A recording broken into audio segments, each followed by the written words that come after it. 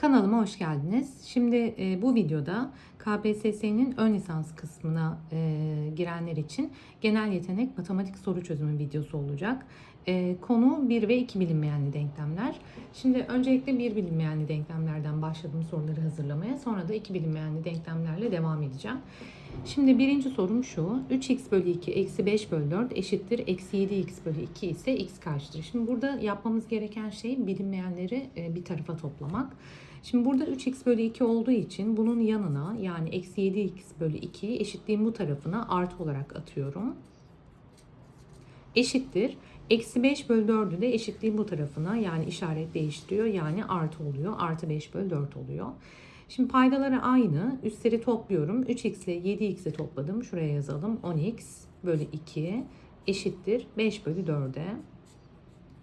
Burada sadeleştirme yapabilirsiniz. Yani pay ve paydadaki 2 ile 10'u sadeleştirebilirsiniz. 2'yi 2'ye böldüm 1, 10'u 2'ye böldüm 5.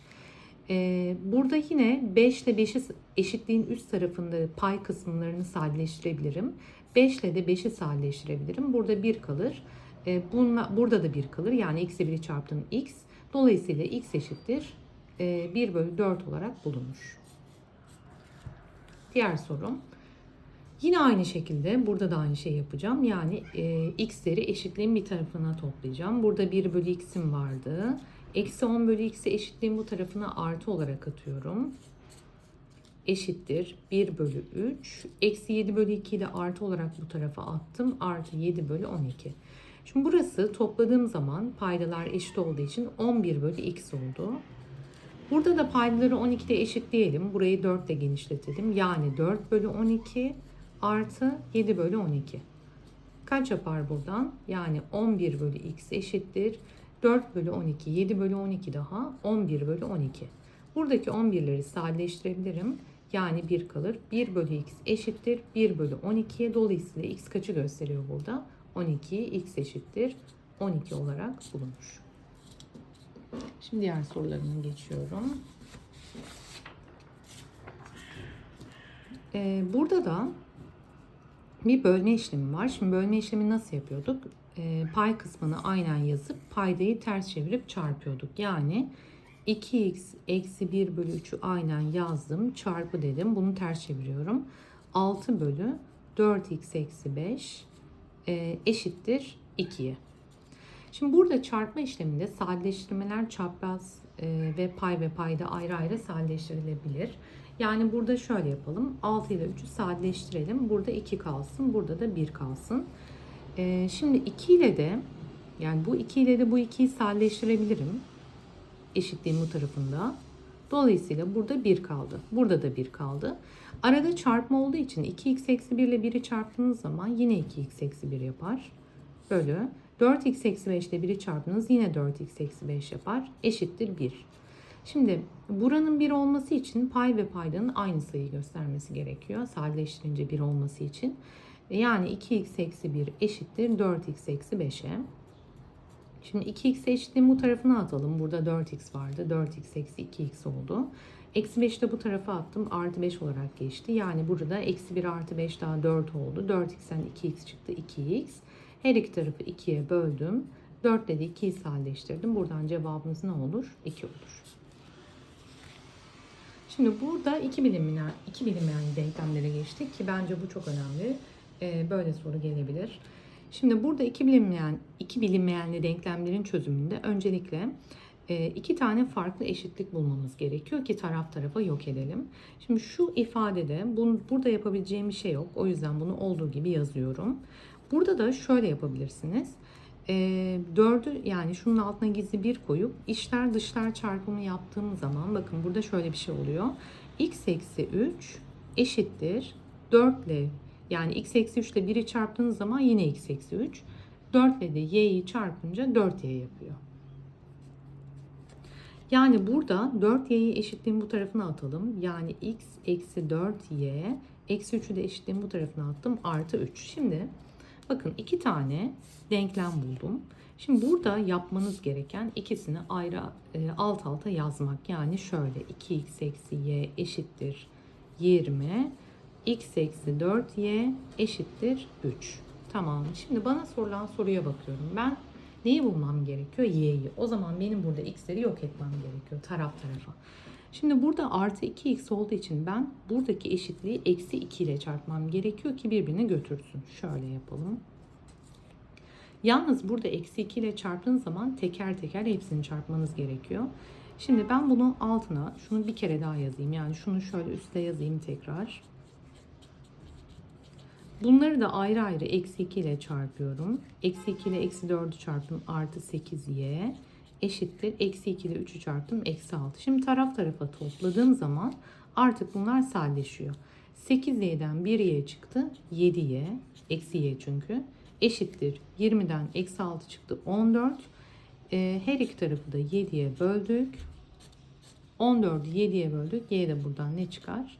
2 olarak bulunur. Yani bu soruları bu şekilde çözüyoruz. Yani yok etme yöntemiyle. Üçüncü sorum şu. Şöyle yapalım. Şimdi verilen denklemde x artı 3y eşittir 3x artı 3 çarpı y eksi 2 artı x ise x kare kaçtır? Şimdi öncelikle buradaki 3'ü parantezin içine dağıtmam gerekiyor. O yüzden şu eşitliğin hizasını bozmadan yapalım. Düzgün yazalım. İşlemleri daha rahat çözebilmek için. 3'ü çarptım 3y. 3 ile eksi 2'yi çarptım eksi 6. Artı 3 ile x'i çarptım artı 3x. Burada da x artı 3y vardı. Bakın buradaki 3y'ler sadeleşir. Çünkü ikisi de artı. Birbirini götürür. Aynı işaretli olduğu için. Yani artı 3y'yi buraya eksi 3y olarak attığınızı düşünün. Götürür. Şimdi bizim x'leri toparlamamız gerekiyor. Eksi 6'yı eşitliğin bu tarafına atalım artı olarak. 3x, 3x daha 6x. Artı x'i de bu tarafa attım. Yani ne yaptı burası? 6x'den x çıktı 5x. Her iki tarafı da 5'e böldüm. Yani x'i bulmuş olduk. X ne çıkar? 6 bölü 5. Bana neyi soruyor? X'in karesini. Yani bunların karesini alacağım. 36 bölü 25 oldu. Şimdi diğer sorum da çok basit. Yine burada yok etme metodunu kullanmak için sorduğum bir soruyu. Şimdi iki tane ayrı eşitlik var. X bölü 3 artı y bölü 4 eşittir 10'a. 2x bölü 3 eksi y bölü 4 eşittir eksi 8 olduğuna göre burada x'i soruyor bana. Burada taraf tarafa toplama işlemi yaptığım zaman bakın artı y bölü 4 ile eksi y bölü 4 direkt birbirini götürür. X bölü 3 ile 3x bölü 3'ü toplarsanız paydalar aynı zaten. O yüzden x ile 3x'i topladım 3x. Paydayı yazmayı unutmayın. Bölü 3 eşittir. 10'dan 8 çıktı. 10 ile eksi 8'i topladık yani 2. 3'ler de sadeleşir. X de buradan ne olarak bulunur? 2 olarak bulunur. Yine aynı şekilde taraf tarafa yok etme metoduyla kullanacağız. Ama bu sefer bakın şimdi direkt toplayarak değil de benden x'i istediği için şimdi 2 bölü x eksi 4 bölü y 1 bölü 3'e eşit. 5 bölü x artı 1 bölü y de eksi 1 bölü 8'e eşit. Ben bunu 4 ile çarpmam gerekiyor ki y'leri yok edeyim. Çünkü burada eksi 4 bölü y var. Buranın artı 4 bölü y olması gerekiyor. O yüzden bunları teker teker 4 ile çarpıyorum. Yani 20 bölü x 4 ile 5'i çarptık. 4 ile 1'i çarptık. 4 bölü y eşittir 4 ile eksi 1'i çarptım. Eksi 4 bölü 8. Şimdi bu ifadeyi kaldıralım ortadan. Şimdi alt alta toplayalım. Artık bunlar birbirini götürür. 2 bölü x ile 20 bölü x'e topladığınız 22 bölü x eşittir. Şimdi şurayı düzgün yazalım. 1 bölü 3 ile eksi bunu sadeleştirelim. 4'ü 4'e böl 1, 8'i 4'e böl 2, eksi 1 bölü 2. Burada bir toplama işlemi yapacağız şimdi. Burayı 2 ile, burayı 3 ile genişletiyorum. Yani 2 bölü 6, şurayı bir daha yazıyorum. 22 bölü x eşittir. 2 bölü 6 eksi 3 bölü 6. Buradan ne yapar? Eksi 1 bölü 6. Burada da içler dışlar çarpımı yaparsam eksi x eşittir 22 6 kere 2 12 132 mi yapıyor? Eksiyi de bu tarafa attım. Eksi 132 olarak bulunur. Şimdi bu sorum da önemli bir soru. X ve y gerçel sayılar olmak üzere x eksi 2y eşittir x eksi 3y bölü 2. 3x artı y eşittir 16 olduğuna göre x bölü y kaçtır? Şimdi burada öncelikle şurada paydaya 1 yazıp bir içler dışlar çarpımı yapalım. 2 ile x'i çarptım 2x. 2 ile eksi 2, eksi 4, eksi 2'yi çarptım. Eksi 4y eşittir. 1 ile x'i çarptık. X. 1 ile eksi 3y'yi çarptık. Eksi 3y. Şimdi ne yapıyorum? Bilinenler bir tarafa, yani şöyle aynı cinsten olanları aynı tarafa toplayacağım. X'i buraya attım. Burada 2x vardı. Eksi 4y'yi de bu tarafa attım. Artı 4y olarak geçti. Bakın burası ne oldu? 2x'den x çıktı. X kaldı. 4y'den 3y çıktı. 1y kaldı. Yani x'in y'ye eşit olduğunu buldum. Şimdi bunu burada kullanacağım. Şimdi x gördüğüm yere, yani şu ikinci denklemde x gördüğüm yere y yazarsam burası 3y, 1y de 4y yapar. Şöyle yapalım. Çünkü x'i y'ye eşit bulmuştum. 4y 16 ise y de buradan 4 yapar. Her iki tarafı 4'e böldük. Tamam. Şimdi x de y'ye eşitti. 4'ü de 4'e bölerseniz cevabımız ne çıkar? 1 olarak bulunmuş. Evet, bu iki soru da önemli. Şimdi burada da aynı şekilde 3x eksi 4y eşittir 20 ve x bölü y eşittir 3 olduğuna göre y kaçtır? Şimdi bakın şurada öncelikle şunun altına 1 koyalım. Şunun altına yazalım, daha rahat olsun. Şöyle yapalım. Şimdi şurada içler dışlar çarpımı yaparsam x ile 1'i çarptık. X eşittir y ile 3'ü çarptım 3y. Yani x'in 3y'ye eşit olduğunu buldum. Getiriyorum, şurada x gördüğüm yere 3y yazıyorum. Yani 3 çarpı 3y eksi 4y eşittir 20. 3 kere 3 9. 9'dan 4 çıktı. 5y eşittir 20 ise her iki tarafı 5'e bölüyorum. 20'yi 5'e böldüm. Y de buradan 4 yapar. Ve son sorum. Şimdi bu tarz soruları pratik yoldan nasıl çözülüyor onu göstereceğim.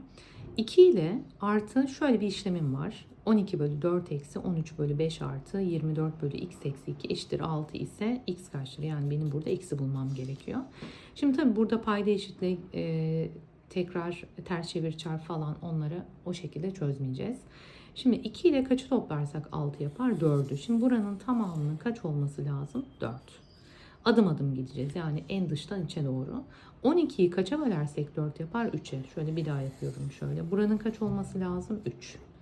4'ten kaç çıkarsa 3 kalır? 1. O zaman şuranın kaç olması lazım? 1. 13'ü kaça bölersek 1 yapar? 13'e. Son adımdayım. Şuranın kaç olması lazım? 13.